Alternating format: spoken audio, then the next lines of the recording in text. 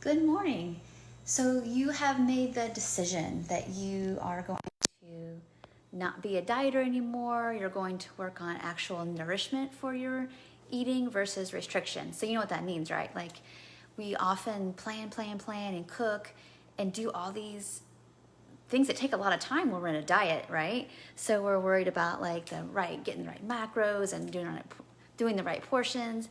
And you'll set out hours a day to do the diet right. But then when we leave behind the container of the dieting, what's left? And it's usually a lot of overwhelm about, well, what do I make? What do I do? And how do I do it? So my name's Tracy Brown. I'm a somatic dietitian and a tuning specialist. And you might not be surprised, but at first I was surprised, but then I thought back to my own post disordered and dieting days, like, oh, when it comes to learning how to tend and prepare for ourselves in a nourishing way, a lot of us feel really lost. And so we're going to talk about the reasons maybe you're feeling lost today in this video.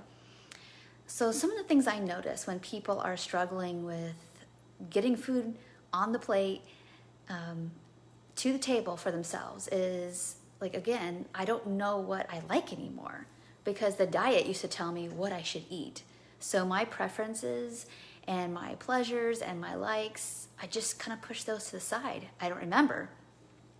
So that's an issue that you might be just noticing right now. Another could be, now that I don't have the containment and the shoulds about how to do it right, I don't know how to eat. I don't have accurate hunger and fullness yet, so I'm really not sure. And so it can get scary sometimes to not know for sure what to do. And sometimes we just freeze and we don't do anything. Another common thing that I see is it's hard. Adulting, honestly, is hard. And it's funny. I tell clients all the time that I would love for one of our biggest problems ever to be is like, I'm tired, I'm kind of burnt out with what I usually cook. Give me some ideas. I hope that's our biggest problem at some point in our work together, is because that's a normal human, busy adult thing. And that's a problem that I don't mind having personally. Like, I get into food ruts too. And I think having the privilege of getting to that point of that kind of problem says a whole lot about how maybe free we've gotten. And then that's wonderful.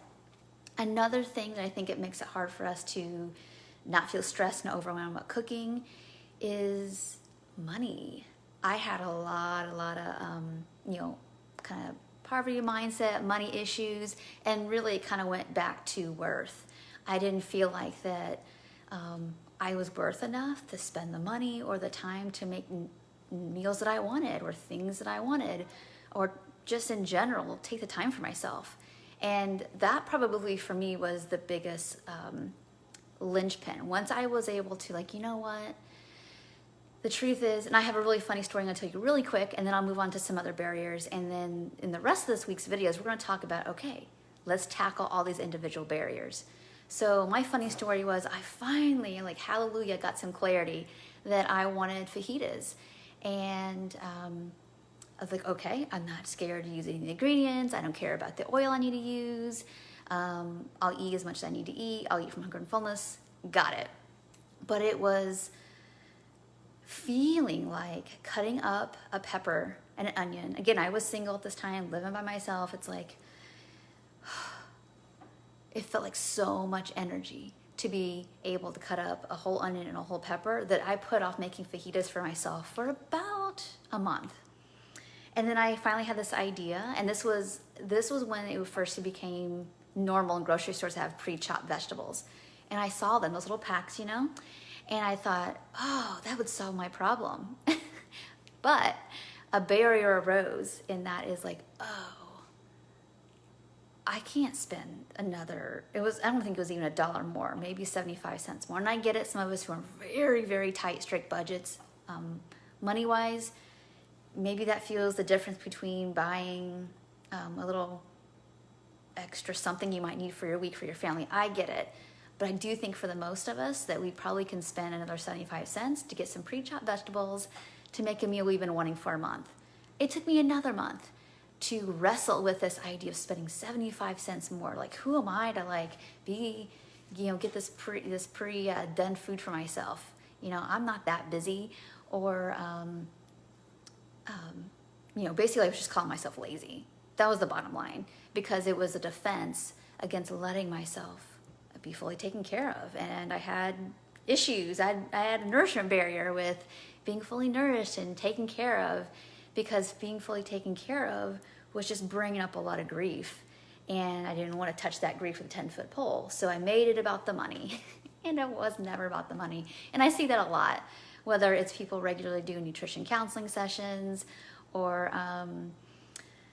buying the book that might help them, buying the cookbook that you've been eyeballing that might help you, So thank you, by the way, for watching live. This is a video I can ramble on about for hours. I'm going to try to keep it short right now.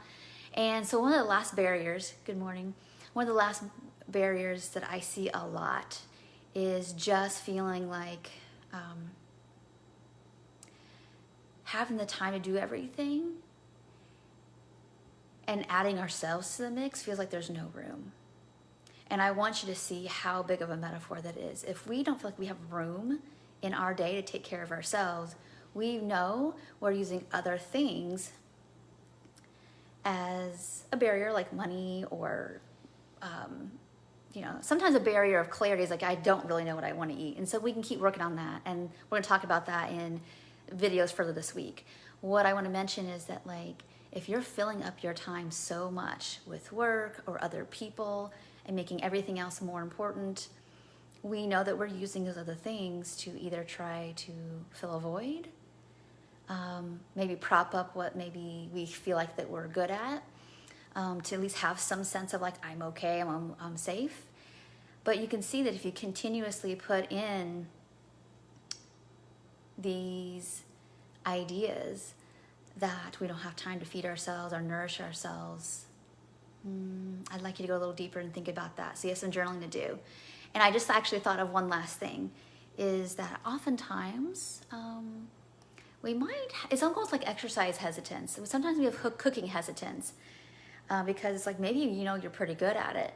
And maybe you also know, like, I do have time for it, and all that kind of stuff. But maybe it feels like it's too overcoupled with food. Preparing food for myself means that I am being suppressed, held down, burdened, and just overwhelmed with just too much. We might just have some stuff overcoupled with that. I mean, I can think of, my grandma, who was the first of like 13 kids, born in starting in 1930 or 1929 or something. And she kind of was the second mom, and, work was her life, and, it never stopped. And I think sometimes when we've had some backgrounds like that when we finally start to feed ourselves and reach for all the kind of self-care we might need in our life, we might find that actually just doing it for ourselves feels like another job to do. And if you're struggling with any of these barriers, I would love to hear about it below. These are real things. I didn't even talk about perfectionism. I didn't even talk about trying to eat the right food. I didn't even talk about all the diet mentality things that keep us from eating what we really want. I mean, that's kind of a given, probably watching my video. So anything that you're noticing is a barrier to getting yourself to the kitchen, please let me know about it, and we are going to work through all those barriers. So the more barriers y'all tell me from this video this week, the next 2 videos, we are going to just dismantle that and give you some ideas to move forward. So thank you all so much for watching. If you know anyone who would feel relief in knowing that there's an answer to this situation, please let them know. All right, I'll talk to you in the next video. We're in my kitchen today, obviously, and that's where we'll be this week, trying to put some stuff together. So I'll talk to you all next time. Bye for now.